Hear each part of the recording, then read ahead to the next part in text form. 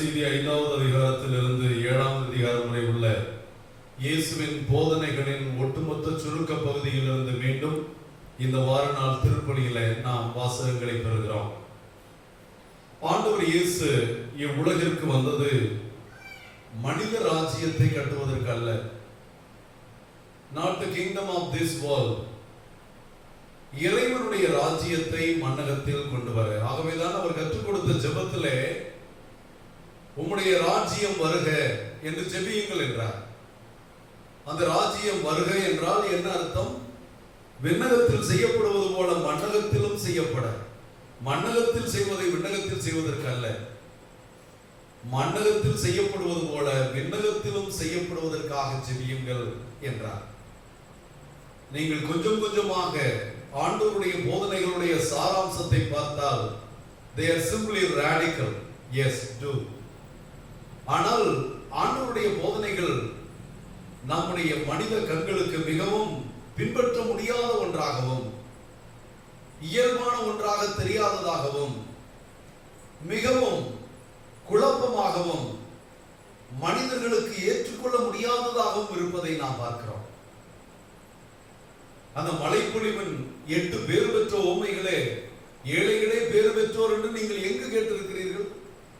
ஏழைனாவே சாபம்னு நினைக்கிறவங்க, வறுமையினாவே சாபம் நினைக்கிற இந்த உலகத்தில் ஆண்டவர் முதலாக எந்த மதத்திலும் சொல்லப்படாத ஒன்று, ஏழைகளே நீங்கள் பேறு பெற்றவர்கள், அழுகிறவர்களே நீங்கள் பேறு பெற்றவர்கள், துன்புறுகிறவர்களே நீங்கள் பேறு பெற்றவர்கள், நீதியின்பால் பசிதாரம் உள்ளவர்களே பேறு பெற்றவர்கள், உங்களை இல்லாது கொள்ளாதெல்லாம் மற்றவர்கள் சொல்லும் போது நீங்கள் பேறு பெற்றவர்கள். இதெல்லாம் உலகத்தின் நியதிக்கு முற்றிலும் மாறுபட்டது. அதுபோல ஆண்டவர் இயேசு நானே உலகின் ஒளி என்றார், அவர் கடவுள். நானே சத்தியம் என்றார், அவர் கடவுள். நானே வழியும் ஜீவனும் என்றார், அவர் கடவுள். ஏற்றுக்கொள்கிறோம். ஆனால் நம்மை பார்த்து நீங்கள் உலகின் ஒப்பாக இருக்கிறீர்கள், நீங்கள் உலகின் ஒளியாக இருக்கிறீர்கள். என்னால் ஒளியாக இருக்க முடியாது. மனிதன் என்பவன் இருளிலே, பாவத்திலே, பலகீனத்திலே, கஷ்டத்திலே, இயலாமையில் வாழ்கிறவன் தான். விரும்புகிறதை கூட செய்ய முடியாத ஒருவனாக இருக்கிறான். விரும்புவதை கூட செய்ய முடியாத அவனால் என்ன செய்ய முடியும்? அப்படிப்பட்ட ஒரு சூழலில் வாழ்கிற மனிதனை பார்த்து நீ என் மீது நம்பிக்கை கொண்டால், என் போதனைகளை கேட்டால், என்னை பின்பற்றினால், என் சீடனாக இருந்தால் நீயும் உலகின் உப்பாக இருப்பாய், எல்லாருக்கும் சுவை கொடுக்கிறவனாக நீ உலகின் ஒளியாக இருப்பாய். இருப்பாய் என்று கூட சொல்லவில்லை, இருக்கிறீர்கள் என்கிறார். அதை தொடர்ந்து நீங்கள் வருகின்ற எல்லா வசனங்களையும் பார்த்தால் ஒவ்வொன்றிலுமே ஆண்டவர் அவர் நாம் இறை திட்டம் தேடுகிறவர்களாக இருக்க வேண்டும், நாம் சொந்த திட்டங்களை தேடுகிறவர்களாக இருக்கக்கூடாது என்றார். அதன் பின்பு அவர் தொடர்ந்து சொல்லுகின்ற அந்த போதனையில இன்றைக்கு ஆண்டவர் நமக்கு தருகின்ற அருமையான போதனை, ஆனால் கடுமையான போதனை. யாராவது உங்கள் வழக்கண்ணத்தில் அறிந்தால் அவர்களுக்கு இடக்கண்ணத்தை காட்டுங்கள். யாராவது உங்களுடைய மேலுடையை பிடுங்கிக் கொள்ள விரும்பினால் உங்களுடைய உள்ளாடையும் கொடுக்க மறுக்காதீர்கள். யாராவது உங்களை 1 கல் தொலைவு வர சொன்னால் நீங்கள் 2 கல் தொலைவு செல்லுங்கள். கேட்கிற யாருக்கும் கொடுங்கள். இப்படி அவர் நம்மை பொறுமைசாலிகளாக இருக்க சொல்கிறாரா அல்லது கையாளாகாதவர்கள் இருக்க சொல்கிறாரா? இது சாத்தியமா? ஒருவன் நம்மை அடிக்கும் போது, துன்புறுத்தும் போது, அநியாயமாக பண்ணும்போது எப்படி நாம் எதிர்வினை ஆற்றாமல் இருக்க முடியும்? அப்படி இருப்பதுதான் இயேசுவின் விருப்பமா என்றால் ஆம். கடவுளாக இருந்தவர் மனிதராக மன்னகத்திற்கு வந்தது இயல்பானது அல்ல. மனிதரான கடவுள் மனிதர்களாகிய பாவிகளாகிய புல்லுக்கும் பூண்டுக்கும் சமமாகிய நமக்காக எந்த தப்பும் செய்யாமல் தண்டனையை பெற்றது, கொடுமையாக கொல்லப்பட்டது. அது இயல்பானது அல்ல. அதுதான் கிறிஸ்தவம், அதுதான் அன்பு, அதுதான் வேதம், அதுதான் மனித மாண்பு என்பதை உணர்ந்தார். ஆகவே இன்றைய வாசகம் மனித மாண்பை மதிக்க சொல்கிறது. ஒருவன் மிகவும் மோசமானவனாக இருக்கலாம், ஆனால் அவனும் கடவுளால் படைக்கப்பட்ட மனிதன். அவனில் இருக்கிற மனித மாண்பை நாம் மதிக்க வேண்டும். ஆகவேதான் கொலை செய்தவன் கூட கொலை தண்டனை கூடாது என்று கொலை தண்டனையை எதிர்க்கிறோம். மனிதன் கொல்லப்படுவதற்காக படைக்கப்படவில்லை. Christianity is not for death sentence. கொலை குற்றத்திற்கு துணை போவதில்லை கிறிஸ்தவ மதம்.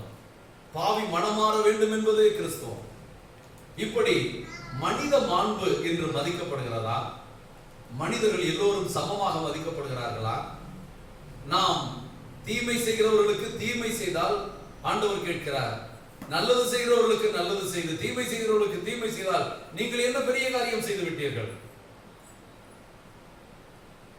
மற்றவர்களும் புறவினத்தாரும் அப்படி செய்வதில்லையா? நீங்கள் மாறுபட்டவர்களாக என் சீடர்களாக இருக்க வேண்டும். தீமை செய்கிறவர்களுக்கு நன்மை செய்யுங்கள். இப்படிப்பட்ட ஒரு கிறிஸ்தவனாக இருப்பது மிகவும் சவால் மிக்க ஒன்று என்பதை நமக்கு புரிய வைத்து, அப்படி வாழும்போதுதான் இந்த உலகத்திலே அமைதியும் சமத்துவமும் இருக்கும். குறிப்பாக ஆண்டவர் குழந்தைகள், பெரியவர்கள், இவர்கள் தான் சமுதாயத்தில் மிகவும் பலகீனமானவர்கள். அதற்கு அடுத்த நிலையில பெண்கள். ஆக இந்த வீக்கர் செக்ஸ் என்று சொல்லப்படுகிற இந்த 3 பேரையும் மதிக்கிறவர்கள் தான் மனிதத்தன்மை உள்ளவர்கள், மனித மாண்புள்ளவர்கள். ஆனால் இந்த 3 பேரையுமே நாம் ஒரு பொருட்டாகவே எடுத்துக் கொள்வதில்லை. ஆகவே கிறிஸ்தவம் மனிதத்தை மதிக்கிறது என்பதனை காட்டத்தான் கிறிஸ்து மனித உரை எடுத்தார். மனிதர்களை அவர் எந்த அளவிற்கு மதிக்கிறார் என்றால் அந்த மனிதனுக்காக உயிரை கொடுக்கிற அளவிற்கு என்று நாம் பார்க்கிறோம். ஆக மனித மாண்பை மதிக்கிறவர்களாக நாம் மற்றவர்கள் அன்பு செய்ய, நாம் மற்றவர்கள் ஏற்றுக்கொள்ள, நம்மை யாரும் துன்புறுத்த கூடாது என்று நினைக்கிற மனநிலை இருக்கிறதே.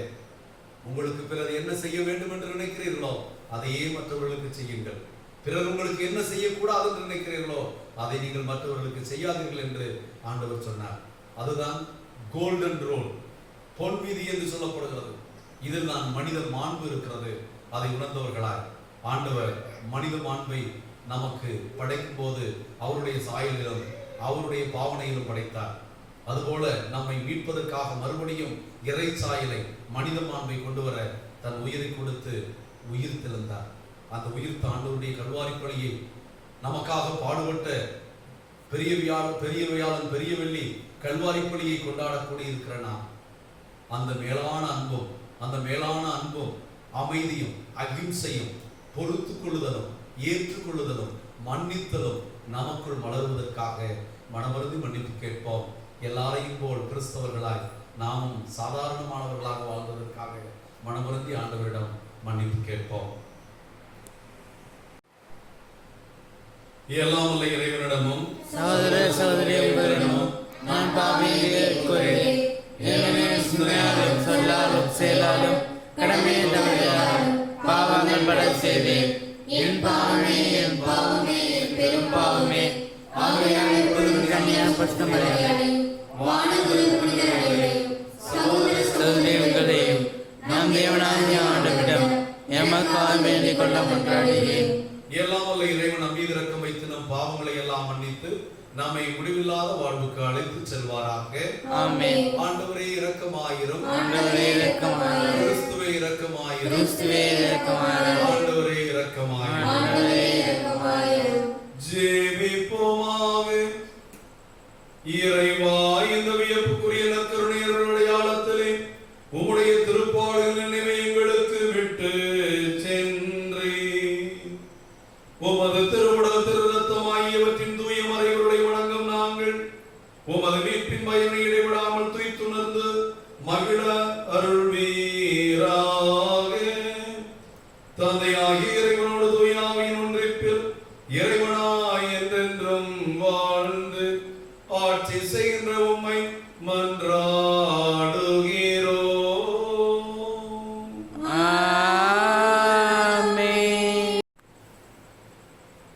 முதல் வாசகம். நாபோத்து கல்லால் எரியுண்டு மடிந்தான். அரசர்கள் முதல் நூலிலிருந்து வாசகம். அதிகாரம் 21 இறை திரு வசன வார்த்தைகள் 1-14 முடிய. அந்நாள்களில் இஸ்ரேலாகிய நாபோத்துக்கு இஸ்ரேலில் சமாரிய அரசன் ஆகாபின் அரண்மனை அருகில் ஒரு திராட்சை தோட்டம் இருந்தது. ஆகாபு நாபோத்திடம், உன் திராட்சை தோட்டம் என் அரண்மனை அருகில் இருப்பதால் நான் அதை காய்கறி தோட்டமாக்கும்படி என்னிடம் கொடுத்து விடு. அதற்கு பதிலாய்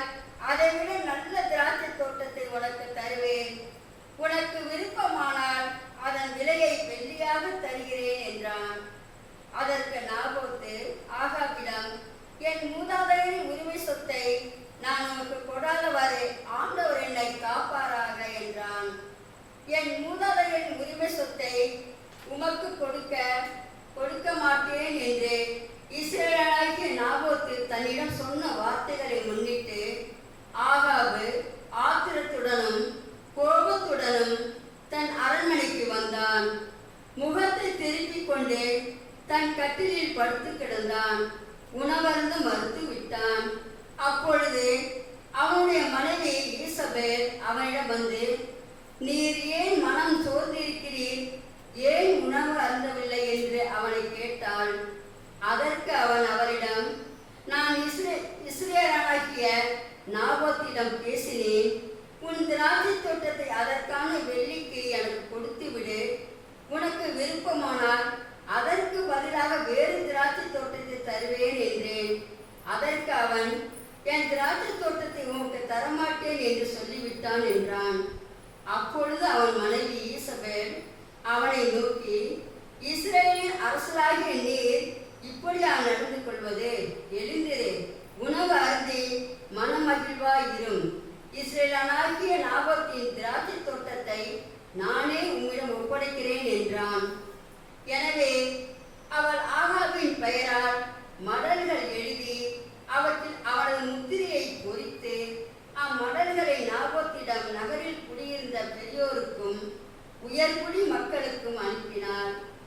அம்மடல்களில் அவள், நீங்கள் ஒரு நோன்பு அறிவித்து நாபோத்தை மக்கள் முன்னிலையில் அமரச் செய்யுங்கள்.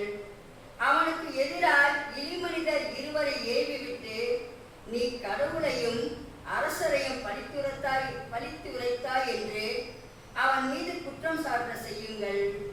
பின்னர் அவனை வெளியே கொண்டு போய் கல்லால் எறிந்து கொன்று போடுங்கள் என்று எழுதியிருந்தார். நாபத்துடன் அந்நகரில் குடியிருந்த பெரியோரும் உயர்குடி மக்களும் ஈசபேல் தமக்கு அனுப்பிய மடல்களில் எழுதியிருந்தவாறே செய்தனர். அவர்கள் ஒரு நோன்பு அறிவித்து நாபோத்தை மக்கள் முன்னிலை அமர்த்தினர். அப்பொழுது அந்த இழிமனிதர் இருவர் வந்து நாபோத்துக்கு எதிரே உட்கார்ந்தனர். அந்த இழிமனிதர் மக்களை பார்த்து, நாபோத்து கடவுளையும் அரசரையும் பழித்துரைத்தான் என்று அவன் மீது குற்றம் சாட்டினர். எனவே அவர்கள் அவனை நகருக்கு வெளியே கொண்டு போய் கல்லால் எறிந்து கொன்றனர். பிறகு அவர்கள், நாபோத்து கல்லால் எறிந்து மடிந்தான் என்று ஈசபேலுக்கு செய்தி அனுப்பினர். நாபோத்து கல்லால் எறிந்து மடிந்ததை ஈசபேல் கேட்டவுடன் அவள் ஆகாபை நோக்கி, நீ எழுந்து சென்று இஸ்ரவேலனாகிய நாபோத்து உமக்கு விற்க மறுத்த அதே திராட்சை தோட்டத்தை சொந்தமாக்கிக் கொள்ளும். நாபோத்து உயிரோடு இல்லை, அவன் இறந்து போனான் என்றாள். நாபோத்து இறந்து போனதை ஆகாபு கேட்டு இஸ்ரவேலாகிய நாபோத்தின் திராட்சை தோட்டத்தை உடைமையாக்கிக் கொள்ள புறப்பட்டு போனான். ஆண்டவர் வழங்கும் அருள்வாக்கு. இறைவா உமக்கு நன்றி. பதிலுரை பாடல். ஆண்டவரே என் பெருமூச்சை கவனித்தருளும். ஆண்டவரே என் பெருமூச்சை கவனித்தருளும். ஆண்டவரே என் விண்ணப்பத்திற்கு செவி சாய்த்தருளும். என் பெருமூச்சை கவனித்தருளும். என் அரசே, என் கடவுளே, என கெஞ்சும் குரலை உற்று நோக்கேடும். பல்லவி. ஆண்டவரே என் பெருமூச்சை கவனித்தருளும். ஏனெனில் நீர் பொல்லாங்கை பார்க்க மகிழும் இறைவன் இல்லை. உமது முன்னிலையில் தீமைக்கு இடமில்லை. ஆணவமிக்கோர் உமது கண்முன் நிற்க மாட்டார். பல்லவி. ஆண்டவரே என் பெருமூச்சை கவனித்தருளும். தீங்கிழைக்கும் அனைவரையும் நீர் வெறுக்கின்றீர். பொய் பேசுவரை நீர் அழித்து விடுவீர். கொலை வெறியரையும் வஞ்சகரையும் அருவருக்கின்றீர். பல்லவி.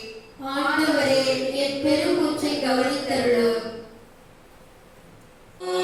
அல்லேலூயா அல்லேலூயா அல்லேலூயா அல்லேலூயா அல்லேலூயா அல்லேலூயா அல்லேலூயா.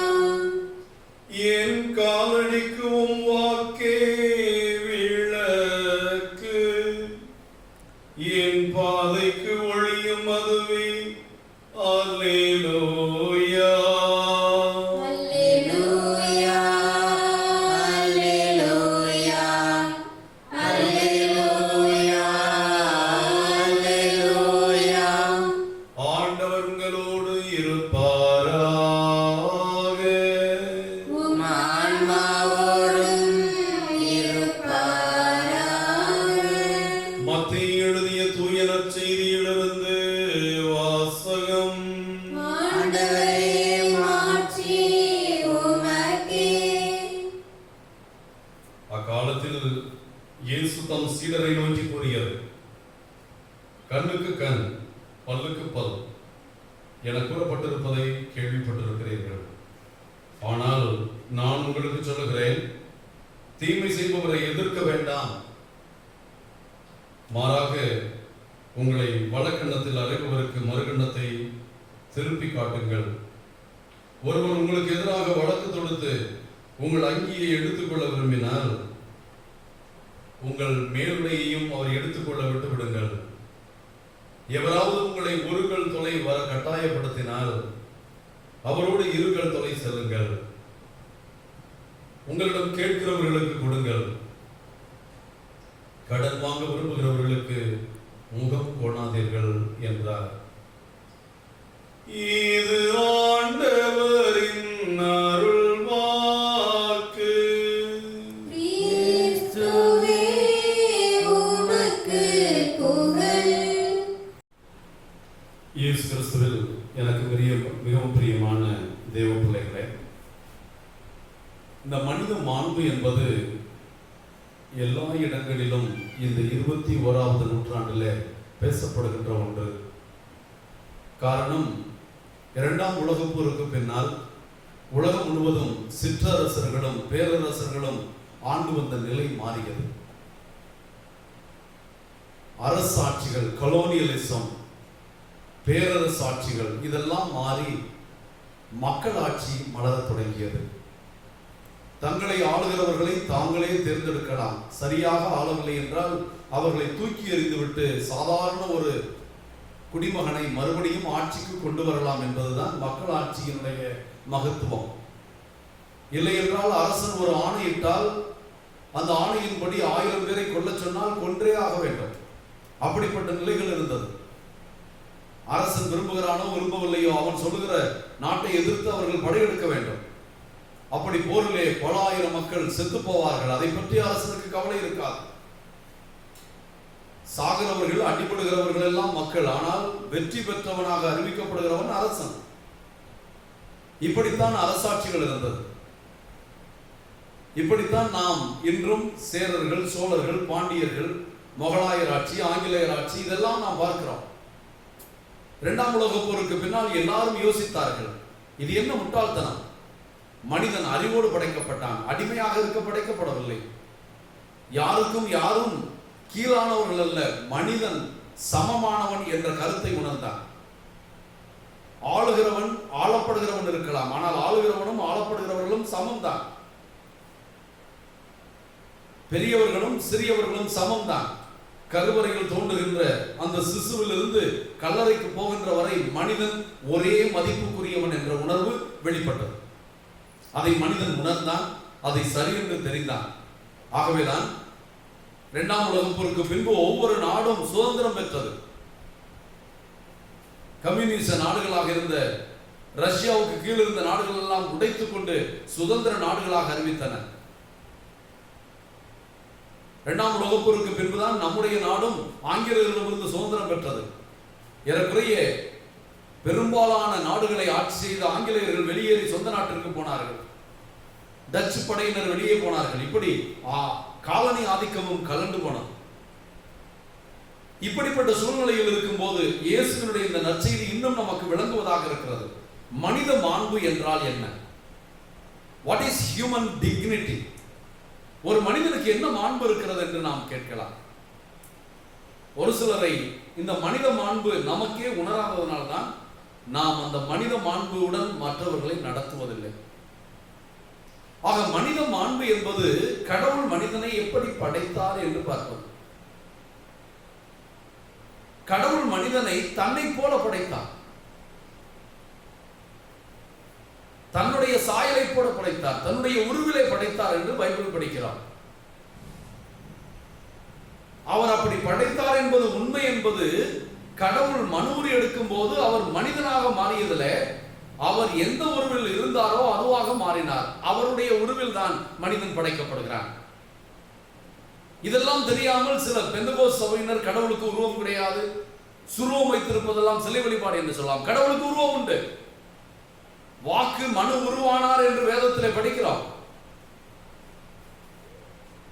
33 ஆண்டுகள் இயேசு கிறிஸ்து ஆவியாக நடக்கவில்லை. அவர் முழு உருவம் கொண்ட இறைமகனாக நடந்தார். அவர் உயிர்ப்புக்கு பின்பும் அவர் உயிர்த்த உடலோடு இருந்தார். ஆனால் தன்னுடைய காயங்களை காட்டினார். என்னுடைய விழாவில் உங்கள் கைகளை விடுங்கள் என்றார்.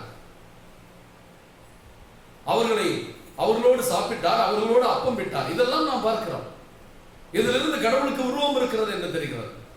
இப்படி கடவுள் உருவத்தில், கடவுள் சாயலில், கடவுளுடைய மகிமையோடு நாம் படைக்கப்பட்டோம். கடவுள் மனிதனை படைத்துவிட்டு மிகவும் நல்லது என்று கண்டார். இதுதான் உண்மையான மனித மாண்பு. இந்த மாண்போடு நாம் வாழ வேண்டும் என்று கடவுள் விரும்புகிறார். இந்த மாண்புடன் மனிதன் வாழாத போதுதான் அவன் பாவத்திலே விழுந்து அந்த மாண்பை இழந்து போகிறான், கடவுளை விட்டு அகன்று போகிறான், கடவுளுடைய சாயலை இழந்து போகிறான். எப்படி மண்ணில் விழுந்து புரளுகின்ற குழந்தை அழுக்கப்படுகிறதோ அதுபோல கடவுளுக்கு கீழ்ப்படியாத அவன் பாவத்திலே விழுந்து கடவுளுடைய மகிமையில் வாழ்கின்றதை இழந்து போகிறான். அதை குறிப்பதாகத்தான் அவன் பூங்காவனத்திலிருந்து ஆதாம் அந்த ஏதோம் தோட்டத்திலிருந்து அவன் விரட்டி அடிக்கப்படுவதை பார்க்கிறோம். ஆனால் அவனை மறுபடியும் ஏதோம் தோட்டத்துக்கு, விண்ணக ராஜ்யத்துக்கு கொண்டு வர அவன் இழந்து போன மனித மாண்பை மறுபடியும் மீட்டெடுத்து அவனை மாண்புடையவனாக மாற்றத்தான் கடவுள் மனுவுரி எடுத்தார். அப்படி மனுவுரி எடுத்து வந்த கடவுள் தன்னுடைய போதனைகளிலே மனிதனுடைய மாண்பை கொஞ்சம் கொஞ்சமாக போதித்தார். மனிதனுடைய மாண்பு எவ்வளவு உயர்ந்தது, மனிதன் கடவுளுடைய கண்ணுக்கு எவ்வளவு விலையேற பெற்றவன், கடவுளுக்கு எவ்வளவு முக்கியமானவன் என்பதை காட்டத்தான் கொஞ்சம் கொஞ்சமாக அவர் தன்னையே கையளிக்க தொடங்குகிறார். தன்னை பற்றி அவர்கள் சொன்ன எந்த பற்றியும் கவலைப்படவில்லை. காரணம், தன்னிடம் ஒப்படைக்கப்பட்ட ஒருவன் கூட மனித மாண்பை இழந்து போய்விடக்கூடாது, மீட்கப்பட வேண்டும். அவன் மறுபடியும் கடவுள் எந்த மாண்போடு படைத்தாரோ அந்த மாண்போடு கடவுளுடைய பிள்ளைகளாக மாற வேண்டும் என்பதுதான்.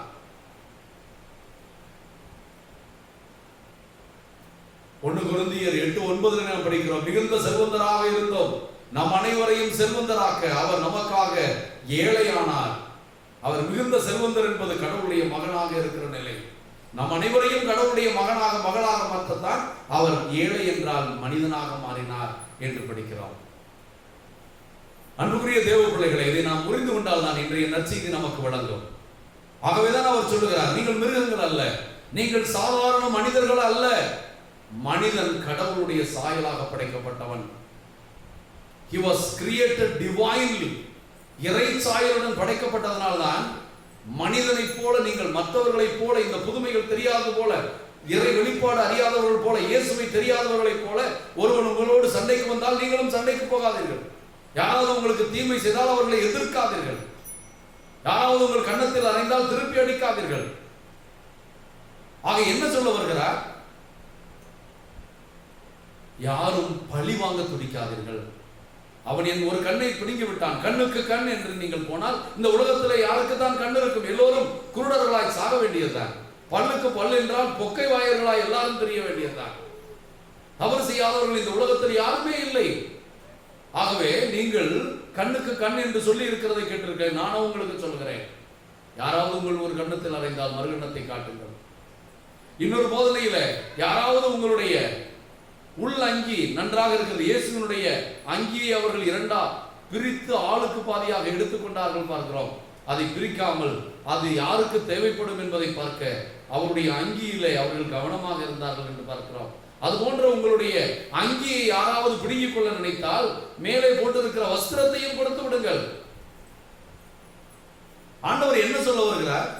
ஒரு தொலைவு போங்கள், அவர்கள் கூப்பிட்டால் 2 கிலோ போங்கள், கேட்கிறவர்களுக்கு கொடுங்கள், உங்கள் மேலுடையையும் அங்கேயும் கொடுத்து விடுங்கள் என்றால் நம்ம எல்லாவற்றையும் இழக்க சொல்கிறாரா என்றால், நீங்கள் உங்கள் சகோதரன் என்பதற்காக, அவர் மனிதன் என்பதற்காக சாதாரண இந்த பொருட்கள் தான், they are material things, அதைக்காக நீங்கள் அவர்களை பழிவாங்காதீர்கள்.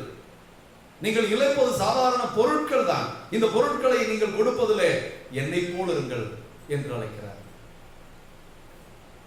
ஆக அன்புக்குரிய தேவ பிள்ளைகளே, நாம் இயேசுவை போல் வாழ்வது எப்படி என்பதை காட்டத்தான் 33 ஆண்டுகள் இயேசு வாழ்ந்து காட்டினார். கடவுளை போல் வாழ்வது எப்படி என்று காட்டத்தான் கடவுள் மனிதனாகி இவ்வுலகத்திலே 33 ஆண்டுகள் வாழ்ந்தார். அவர் போதனையிலே மிக முக்கியமானது, உங்கள் வானக தந்தை இரக்கமுள்ளவராயிருப்பது போல் நீங்களும் இரக்கமுள்ளவராயிருங்கள், உங்கள் வானக தந்தை நிறைவுள்ளவராயிருப்பது போல் நீங்களும் நிறைவுள்ளவராக இருங்கள் என்றார். இந்த போதனையின்படி உலகம் மாறிவிட்டார். இங்கே கொலை குற்றம், கற்பழிப்புகள், இந்த உலகத்திலே திருடுகள், கொள்ளைகள் எல்லாம் எப்படி நடக்கும்? இந்த உலகத்திலே எல்லோரும் மனிதர்கள் அவரவர்களுக்குரிய உரிமையை மதிக்க வேண்டும், அவரவர்களுடைய எல்லைகளை தாண்டக்கூடாது, அவரவர்களுக்குரிய மாண்பையும் மகிப்பையும் கொடுக்க வேண்டும். வேலை செய்கிறவர்கள் அவர்களுடைய வேலையை ஒழுங்காக செய்ய வேண்டும், ஆனால் வேலை செய்கிறார் என்பதற்காக அவர்களை கீழ்த்தரமாக நடத்தக்கூடாது.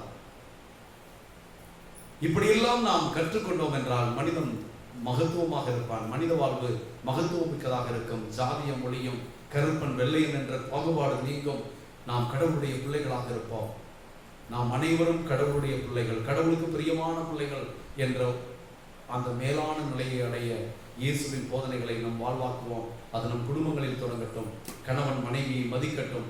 அவள் கடவுளால் படைக்கப்பட்ட மனுச்சி, கடவுளுடைய சாயலோடு இருக்கிறவர். கணவன் கடவுளுடைய சாயலில் படைக்கப்பட்டவன். குடும்பத்திலே கணவன் தலையாக இருக்கிறான் என்று மனைவி மதிக்கட்டும்.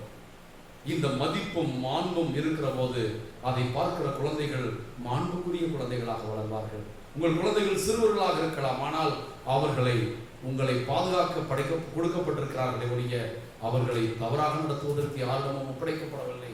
காரணம், உங்கள் குழந்தைகள் இல்லை, அனைவரும் கடவுளுடைய குழந்தைகள். உங்களிடம் அந்த குழந்தைகள் பாதுகாப்பதற்காக ஒப்படைக்கப்பட்டிருக்கிறது.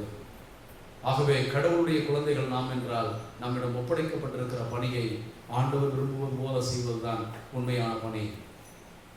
மனித மாண்பும் மனித மகத்துவமும் மதிக்கப்பட இயேசுவின் போதனைப்படி இவ்வுலகம் மாண்புக்குரிய உலகமாக மாற இத்திருப்பலியில் ஜெபிப்போம். மனித மாண்பை மதித்து மனிதனுக்காக உயிரை கொடுத்த இயேசு இந்த கல்வாரி பலியில நம்மையும் நம் குடும்பத்தையும் மனித மாண்புடனும் இறை சாயலுடனும் இறை பாவனையுடன் வாழ நம்மை ஆசீர்வதிப்பாராக. ஆமென். இடத்தில் ஒன்றும் இல்லை, முன்னிடத்தில் என்னை கொடுத்தேன். பொன்னும் பொருளும் இல்லை, என்னிடத்தில் ஒன்றும் இல்லை, முன்னிடத்தில் என்னை கொடுத்தேன். சொந்தம் பந்தமும் எல்லாம் நீ என சொல்லி வந்தேன். என்னையும் என் தாயும் நீ என்றோ, நீயே என்னை ஆளும் மன்னவன் என்றோ. பொன்னும் பொருளும் இல்லை, என்னிடத்தில் ஒன்றும் இல்லை, உன்னிடத்தில் என்னை கொடுத்தேன்.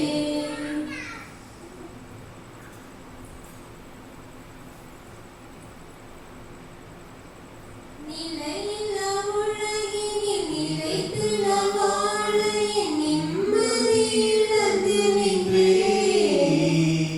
வளமில்லா வாழ்வினில் வசந்தங்கள் தேடி நான் அளவில்லா பாவம் செய்தேன்.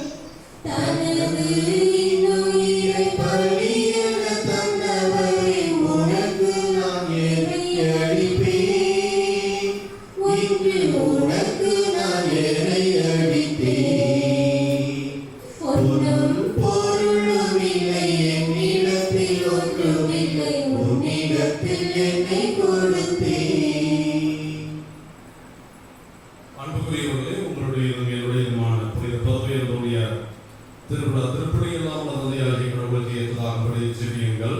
ஆண்டவர் தமது பேரின் புகழ்ச்சிக்காகவும் மாட்சிக்காகவும் நமது நன்மைக்காகவும் புனிதத்தினாலே அனைத்து நலனுக்காகவும் நமது கையெழுத்துப்படி ஏற்றுக்கொள்வாராக. இரக்கமுள்ள ஆண்டவரே, எங்களுக்கு பிரியமான புனித பதுவை அந்தோணியாரின் நினைவு கொண்டாட்டத்தில்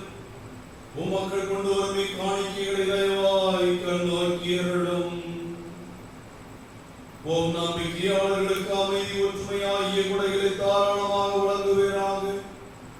கொரோனா பாதிப்பிலிருந்து உலகம் முழுமையாக விடுதலை பெற புனிதரின் பரிந்துரை ஏற்றி எங்களை ஆசீர்வதிப்பீராக. எங்கள் ஆண்டவராகிய கிறிஸ்து வழியாக உம்மை மன்றாடுகிறோம்.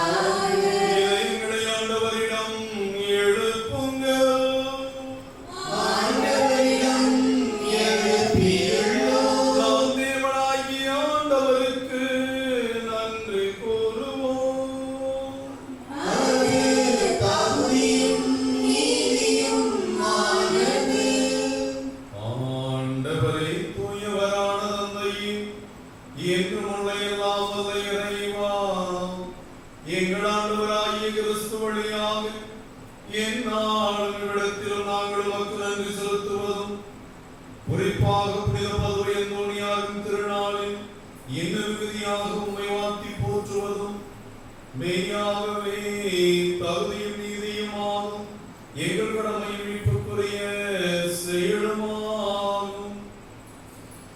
ஏனெனில் புனிதர் பதுவை அந்தோனியாரின் வியத்தகு சாட்சியத்தால் உமது திருஅவை என்று புதிய ஆற்றல் பெற்று வளமடைகிறது.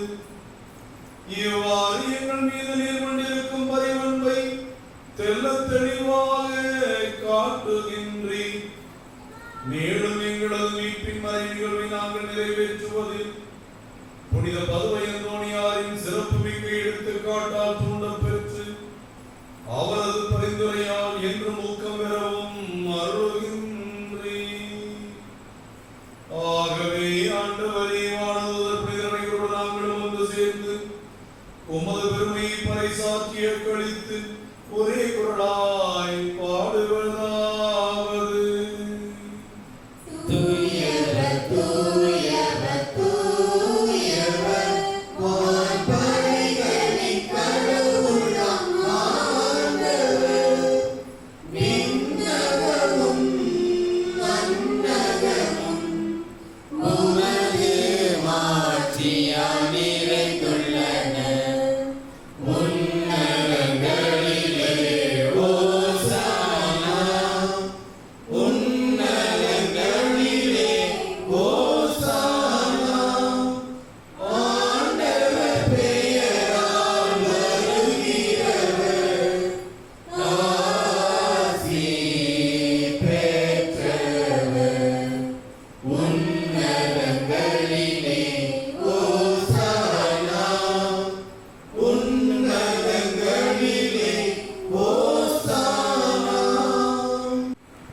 திருப்பலியின் மையமான நேரம். ஆண்டவருடைய வசீகர வார்த்தைகளை சொல்லி வல்லமையான தூய ஆவியானவரை இந்த சாதாரண அப்பத்தையும் திராட்சை ரசத்தையும் கடவுளுடைய திருவிழாகவும் திருரத்தமாகவும் மாற்றுகின்ற நேரம். ஆண்டவருடைய மரணத்தையும் அவருடைய உயிர்ப்பையும் நாம் கொண்டாடுகின்ற நேரம். நம்முடைய உயிர்ப்புக்காக ஆண்டவரிடம், நம் மீட்புக்காக தேவனிடம் ஆண்டவருடைய உடலையும் இரத்தத்தையும் நன்றி காணிக்கையாக ஒப்புக் கொடுக்கும் நேரம் என்பதை உணர்ந்து இந்த அருமையான மைய நேரத்தில் ஆழமான விசுவாசத்தோடு பங்கெடுப்போம். ஆண்டவரே, நீர் மெய்யாகவே தூயவர், தூய்மை அனைத்துக்கும் ஊற்று. ஆகவே பரிசுத்த ஆவியை பொழுது காணிக்கைகளை புனிதமாக்க வேண்டும் என மன்றாடுகிறோம். இவ்வாறு எங்கள் ஆண்டவர் இயேசு கிறிஸ்துவின் உடலும் இரத்தமுமாக இவை எங்களுக்கு மாறுவதாக.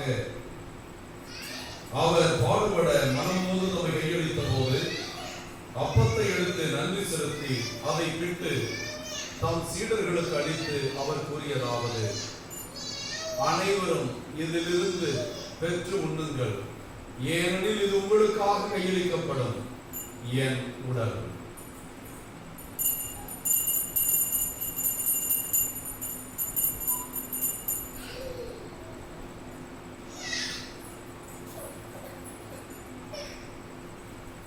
அவ்வண்ணமே இரவு விருந்தை அருந்திய பின் கிண்ணத்தை எடுத்து மீண்டும் உமக்கு நன்றி கூறி தம் சீடர்களுக்கு அளித்து அவர் கூறியதாவது: அனைவரும் இதிலிருந்து பெற்று பருகுங்கள். ஏனெனில் இது புதிய நிறைவான உடன்படிக்கைக்குரிய என் இரத்தத்தின் கிண்ணம். இது பாவ மன்னிப்புக்கென்று உங்களுக்காகவும் பலருக்காகவும் சிந்தப்படும். இதை என் நினைவாக செய்யுங்கள்.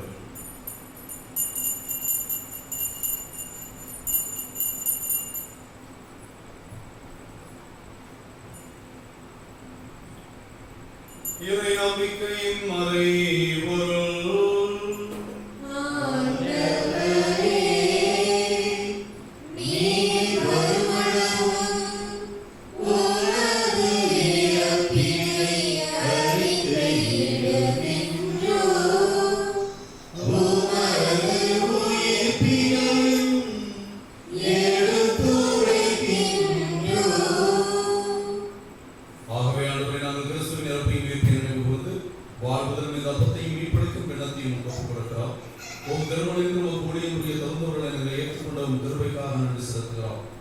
கிறிஸ்துவின் உடலில் இரத்தத்தில் பங்குகொள்ளும் எங்களை தூய ஆவியால் ஒன்று சேர்க்க வேண்டும் நம்மை தாழ்மையுடன் மன்றாடுகிறோம். ஆண்டவரே, உலகமெல்லாம் பறந்து கிடக்கிறோம் திருச்சபைக்காக ஜெபிக்கிறோம். எங்கள் திருத்தந்தை பிரான்சிஸ், எங்கள் ஆயர் தேவதாஸ் அம்ப்ரோஸ் எல்லா திருநிலையினரையும் தங்களுடைய பிறந்த நாளையும் நாம விழாவையும் கொண்டாடி தங்கள் பாதுகாவலின் பரிந்துரையை வேண்டி ஜெபிக்கிற எல்லா பிள்ளைகளையும் உன் திரு அவை முழுவதையும் கொரோனாவிலே பாதிக்கப்பட்டிருக்கிற எல்லா குடும்பங்களையும் அன்பு நிறைவை அடைய செய்திடணும். உயிர் திருவோம் என்ற எதிர்நோக்கோடு துயில் கொள்ளும் என் சகோதர சகோதரிகளையும் இறந்தோர் அனைவரையும் ஒளிமிக்கும் தருமம் ஏற்றுக்கொள்ளும். எங்கள் அனைவரும் மீது இரக்கமாகிறோம். கடவுளின் கண்டித்தாயான மாட்சிமைக்குரிய பெருந்துன்பம் உச்சிகளை அவருக்கும் அறியார்.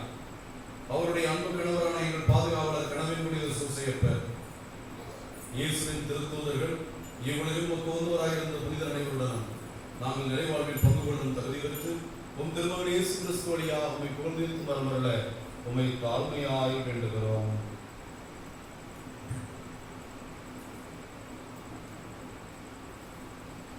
இவர் வழியாக இவரோடு இவர் எல்லாம் வல்ல இறைவனாகிய தந்தையே, தூயாவின் ஒன்றிப்பில் எல்லா புகழும் மாட்சியும் என்றென்றும் உமக்கு உரியதே.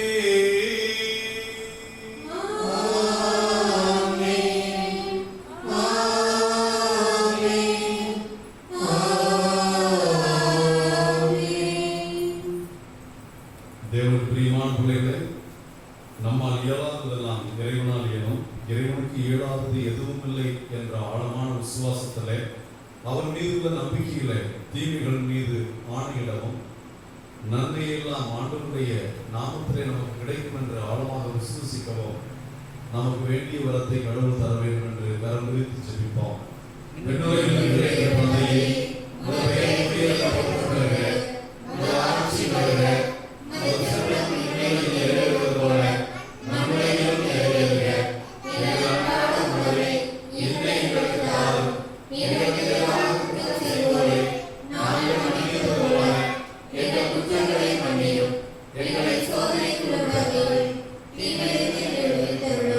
ஆண்டவரே, தீமைகள், நோய்கள், பேய்கள், அங்ககார சக்திகள், கொரோனா போன்ற கொள்ளை நோய்கள் எல்லாவற்றிலிருந்தும் உன் பிள்ளைகளை நீர் பாதுகாத்து அவற்றின் பிடியிலிருந்து விடுதலை அளித்து கடிவோடு அமைதியை கொடையாக உம்மை மன்றாடுகிறோம். உமது இரக்கத்தின் உதவியால் நாங்கள் பாவத்தில் இருந்த பாவத்தின் தலைவனான சாத்தானிடமிருந்து விடுதலை பெற்று யாதொரு கலக்கும் நாமாய் இருப்போமாக. நாங்கள் எதிர்நோக்கி இருக்கும் பேரின்பத்துக்காகவும் எம்மிப்பராய் இயேசு கிறிஸ்துவின் வருகைக்காகவும் காத்திருக்கின்றோம்.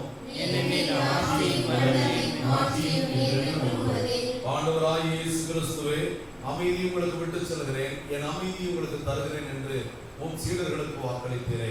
எங்கள் குற்றங்கள் குறைகளை பாராமல் நாங்கள் மீது கொண்டிருக்கிற ஆழமான விசுவாசத்தை கண்ணோக்கி எங்களுக்கும் எங்கள் குடும்பங்களுக்கும் உலக மக்களுக்கும் ஒற்றுமையும் அமைதியும் அளித்துள்ள திருவிழம் கொள்வீராக. என்றென்றும் வாழ்ந்து ஆட்சி செய்கின்றவர் நீரே. ஆண்டவர் இயேசு கிறிஸ்துவின் அமைதி உங்கள் அனைவரோடும் இருப்பதாக.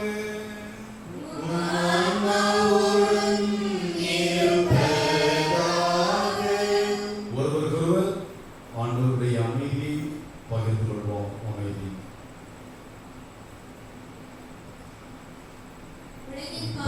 போக்கும் இறைவனின் செம்மறியே, எங்கள் மேல் இரக்கமாயிரும். உலகின் பாவங்களை போக்கும் இறைவனின் செம்மறியே, எங்கள் மேல் இரக்கமாயிரும். உலகின் பாவங்களை போக்கும் இறைவனின் செம்மறியே, எங்களுக்கு அமைதியை அளித்தருளும். அன்பார்ந்த தேவ பிள்ளைகளே, நம் தேவன், நம் ஆண்டவர், நம் பாவங்களை போக்குகின்ற செம்மறி, இவர் மீது அளவுகடந்த அன்பும் ஐக்கியமும் கொண்டிருந்த புனித பதுமை அந்தோனியாருக்கு ஆற்றலை கொடுத்தவர். 1000 புதுமைகளை செய்கின்ற அளவுக்கு அவரை வல்லமையுள்ளவராக மாற்றிய தேவனுடைய திருவிருந்து. இந்த உயிருள்ள தேவன் உடலோடும் இரத்தத்தோடும் ஆன்மாவோடும் தெய்வீகத்தோடும் பிரசன்னமாக இருக்கிற இந்த இயேசு ஆண்டவருடைய வல்லமையான தேவ அன்பு நிறைந்த விருந்தில் கலந்து கொள்கிற நாம் அனைவரும் பேர் பெற்றோம்.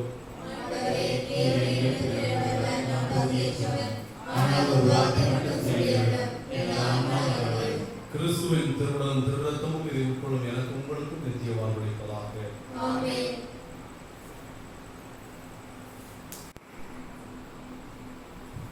கடவுள் புனித சூசேப்பர் அருள்தலார் புதிய ஆலயத்திற்கான ஜெபம். வானக தந்தையே, அறிஞர் கடலில் புனித சூசேப்பர் பையன் மீதும் அருள்தலத்தின் இறைமக்கள் மீதும் பொழிந்து வரும் உமது கிருபைக்காகவும் ஆசீர்வாதத்திற்காகவும் நன்றி கூறுகின்றோம். இவ்வருத்தலத்தில் உமக்கள் கட்டவிருக்கும் புதிய ஆலயத்திற்கான வேண்டுதலுடனும் அது குறித்த அச்சம் பயத்துடன் உம் திருமுன் நிற்கின்றோம். நீர் எங்களோடும் என் பங்கு மக்கள் அருள்தல பக்தர்களுடனும் இந்நாள் வரை உடனிருந்து வந்தவர்களும் இனியும் உடனிருப்பீர் என்ற உறுதியான இறை நம்பிக்கையும் எங்களை பழக்கமின்றி நம்பிக்கையுடன் புதிய ஆலய பணியில் ஈடுபட தூண்டுகிறது. நீர் எங்களுடன் இருந்து எங்களை வழிநடத்தி என் பங்கிற்கு கட்டித்தரப் போகும் அழகானதொரு ஆலயத்திற்காக மேல் போற்றி புகழ்கின்றோம். உம்மை பிரிந்து எங்களால் எதுவும் செய்ய இயலாது. உம்மால் எல்லாம் கூடும் என்று விசுவசிக்கின்றோம். வானக தந்தையே, வானமே கொள்ள முடியாத இறைவா, அறிமளம் கடலில் புனித சூசேப்பர் அருள்தலத்தில் என் மத்தியில் குடிகொள்ள வந்தருளும். நீர் என் மத்தியில் உருவாக்கப் போகும் புதிய ஆலய பணியின் மீது உமது திருக்கரம் இருப்பதாக. நல்மனதோரை பலப்படுத்தி ஆலய பணிக்கு உதவும் வாராள உள்ளத்தோரை மேம்படுத்தும். நீரே இந்த ஆலயத்தை கட்டி எழுப்பியருளும். ஆண்டவருக்கும் அவர் அருள் தந்தை கடலில் புனித சூசேப்பருக்கும் வீடு மட்டும் இம்மக்களின் வீடுகளை கட்டி எழுப்பும். ஏழை மக்கள் நாங்கள் இயேசுவே, ஏழை மக்கள் நாங்கள் கட்டும் இறை இல்லம். கனவின் புனித சூசேப்பர் முது வளர்ப்பு தந்தை வழியாக நீர் எம் இந்திய நாட்டையும் தமிழகத்தையும் இவ்வருத்தல பங்கு மக்கள் மற்றும் பக்தர்களையும் ஆசீர்வதிக்கும் இல்லமாக்கும். இந்த புதிய ஆலய பணி இறைவன் எனக்கும் என் குடும்பத்திற்கும் வழங்கும் இறைவனின் கொடையென உணர்ந்து தாராள உள்ளத்துடன் உதவ எங்களை தூண்டியுள்ளோம். புதிய ஆலயத்திற்கு எனது காணிக்கை என் குடும்பத்தின் காணிக்கை என்று மது வளர்ப்பு தந்தை கடலில் புனித சூசேப்பர் ஆலய பணிக்கு உதவவும் உடன் உழைப்பை வழங்கவும் அனைவரும் முன்வர அருள்தாரும். என்றும் எங்கள் ஆண்டவரும் மது திருமகனுமான இயேசு கிறிஸ்து வழியாக மன்றாடுகிறோம். இயேசுக்கே புகழ், இயேசுக்கே நன்றி. மரியே வாழ்க. அறிமளம் கடலில் புனித சூசேப்பரே, எங்களுக்காக வேண்டிக் கொள்ளும். எனது சதையை உண்டு எனது இரத்தத்தை குடிப்பவர் என்னோடு இணைந்திருப்பார், நான் அவரோடு இணைந்திருப்பேன் என்கிறார் ஆண்டவர். நன்றி கூறி மன்றாடுவோமாக. ஆண்டவரே, உயர் மதிப்புள்ளவும் திருவுடலையும் திரு இரத்தத்தையும் நாங்கள் இவ்வுலகில் உட்கொள்வது உமது இறைத்தன்மையை சுவைத்து இன்புறுவதன் முன்னடையாளமாய் திகழ்கின்றது. அதனால் நாங்கள் அப்பேரின்பத்தில் என்றென்று மகிழ்ந்திருக்க அருள் புரிவீராக. எங்கள் ஆண்டவராகிய கிறிஸ்து வழியாக உம்மை மன்றாடுகிறோம்.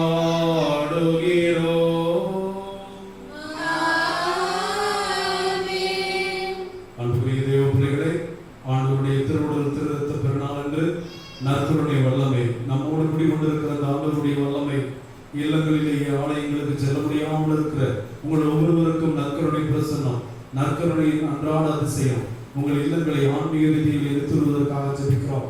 எங்கள் அன்பின் பரலோக பிதாவே, நீர் எங்கள் மீது கொண்ட அந்த பேரன்பினால் திருமகனையை உலகிற்கு அனுப்பி அந்த ஆண்டவரை அன்பு செய்கிறவராக, இரக்கம் கொள்கிறவராக, உம்முடைய வல்லமையான எல்லாவித காரியங்களையும் உங்களுக்கு வெளிப்படுத்துகின்ற உம்முடைய வானக தந்தையினுடைய ஒட்டுமொத்தமாகவும் திருமகனை எங்களுக்கு வெளிப்படுத்தினேன்.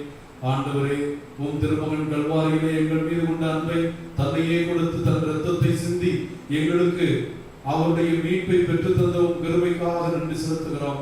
உம்முடைய அன்பும் உம் மகனுடைய மீட்பும் ஆவியின் வல்லமையை நான் பெற்று மகிழ்கிற நாங்கள் இந்த நற்கருணை ஆண்டவர்களே நாங்கள் அகமிருந்து அவரை ஆராதித்து துதித்து அந்த நற்கருணையை நாங்கள் உண்டு அதை மென்று தின்று அதனால் வாழ்வு பெறுகிறோம் என்ற அந்த உண்மையான ஆழமான விசுவாசத்தை உம் பிள்ளைகள் அறிந்து கொள்ள உதவி செய்வீராக. ஆண்டவரே, ஆலயம் திறந்தவுடன் அன்றாட திருப்பலிக்கு ஓடும் மக்களாய், திருப்பலியை நாடி செல்லும் மக்களாய், நற்கருணை ஆலயத்திலே நேரங்களை கழிக்கும் மக்களாய், ஆண்டவருடைய வல்லமையான நற்கருணை பிரசனத்திற்காக இயங்கும் மக்களாய், நற்கருணை ஆராதனையிலே, நற்கருணை ஸ்துதி மகிமையிலே எல்லாவித ஆற்றலோடும் வல்லமையோடும் இன்னும் அதிகமாய் இன்னும் ஆர்வமாய் ஆண்டவரை அன்பு செய்யும் மக்களாக, நற்கருணையின் மக்களாக நடமாடும் நற்கருணையாக நம்மையே மற்றவர்களுக்கு பலி கொடுக்கிறவர்களாக, எல்லாருக்கும் உணவூட்டுகின்ற வாழ்வளிக்கின்ற மக்களாக கிறிஸ்தவ மக்கள் வாழ அழைக்கின்ற அருட்சாதனமாக இருக்கிற நற்கருணை தன்னையே பகிர்வதற்கும் நற்கருணை தன்னையே பலியாக்குவதற்கும் கிறிஸ்தவர்களை அழைக்கிறது என்ற உண்மையை உணர்ந்து கணவன் மனைவிக்கும் மனைவி கணவனுக்கும் தங்களை முழுமையாக அர்ப்பணிக்கவும் தங்களையே தகனப்பலியாக கொடுக்கவும் தியாகம் நிறைந்த வாழ்க்கை வாழவும் அதுவே நற்கருணைகளுக்கு உணர்த்துகின்ற தம்பதியர்களுக்கான அறிவுரை என்பதை ஏற்றுக்கொள்ளவும் பிள்ளைகள் பெற்றோர்களையும் பெற்றோர்கள் பிள்ளைகளையும் குடும்பத்தில் ஒருவர் மற்றவரையும் பங்கில் ஒவ்வொருவரும் நற்கருணையின் மக்களாக பகிரவும் ஒற்றுமை உணர்வோடு இருக்கவும் தங்களையே தியாகத்தோடு ஒப்புக் கொடுக்கவும் இதனால் இறைவனிடமிருந்து எல்லாரையும் பெற்றுக் கொள்ளவும் ஆண்டவரே, இந்த நற்கருணை பெருநாளிலே நாங்கள் நற்கருணையின் வல்லமையிடம் ஆண்டவர் இயேசு கிறிஸ்துவை நோக்கி ஜெபிக்கிறோம். இந்த வல்லமையான ஜெபம் உம் திருமகன் வழியாக நாங்கள் கேட்பதெல்லாம் கிடைக்கும் என்ற நம்பிக்கையோடு ஜெபிக்கிறோம். உலக மக்கள் அனைவருக்காகவும் கொரோனா தொற்றிலே இருக்கிற ஒவ்வொருவருக்காகவும் ஆண்டவரே, எங்களுக்கு பயமாக இருக்கிறது. 100களில் 10களில் 100களில் இருந்தது 1000 இப்பொழுது 2000 10,000 என்ற அளவிற்கு இந்தியாவிலே பரவுகின்ற நிலை இருக்கிறதுனால் பயமும் அச்சமும் கலந்திருக்கிற நேரத்திலே ஆண்டவரை காற்றையும் கடலையும் கடிந்து கொண்ட வல்லமையுள்ள தெய்வமே நீர் என்பதனால் இந்த கொரோனாவை கடிந்து கொள்ள வேண்டுமாய் ஜெபிக்கிறோம். மக்கள் தங்களுடைய அன்றாட நிலையிலே ஏறக்குறைய 4 மாதங்கள் முடங்கி போய் பொருளாதாரத்தை இழந்து அவநம்பிக்கையிலும் என்ன செய்ய போகிறோம் என்ற பீதியிலும் இருக்கிற நேரத்தில் இன்னும் இது அதிகமாகி எங்களுடைய நம்பிக்கையை குலைக்காத வண்ணம் நீர் நம்பிக்கையாக இருக்கிறீர், எங்களுடைய வளகரமாக எங்களுடைய பலமாக இருக்கிற உண்மையை நம்பி இருக்கிற பிள்ளைகள் உண்மை நோக்கி ஜெபிக்கிறோம். துன்ப வேளையில் நீ என்னை நோக்கி கூப்பிடு என்று சொன்னதனால் ஒவ்வொருவரும் கூப்பிடுகிறோம். எங்கள் தேசத்தையும் உலகத்தையும் கொரோனாவின் பிடியிலிருந்து விடுவித்து பிள்ளைகள் பள்ளி படிப்பை தொடரவும் தொழில்கள் தொடங்கவும் மக்கள் வாழ்க்கை மகிழ்ந்திருக்கவும் எங்களுக்கு இது இயேசுவால் நிகழ்ந்தது என்று எல்லா பிள்ளைகளும் கண்டு உம்மை ஆராதித்து வணங்கி உம்மை அன்பு செய்கின்ற மக்களாக ஒன்றுபட அருள் புரிய வேண்டும் என்று எங்கள் ஆண்டவராகிய கிறிஸ்து வழியாக மன்றாடுகிறோம். ஆண்டவர் உங்களோடு இருப்பாராக.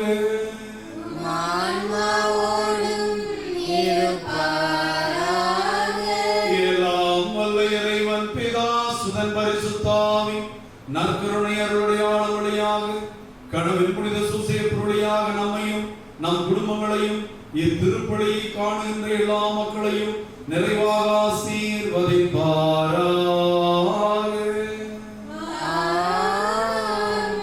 நம்மை மீட்டு வாழ்வளிக்கும் நற்கருணை ஆண்டவர் மக்களாக வாழ சென்று வாழுங்கள். திருப்பலி நிறைவேறிற்று.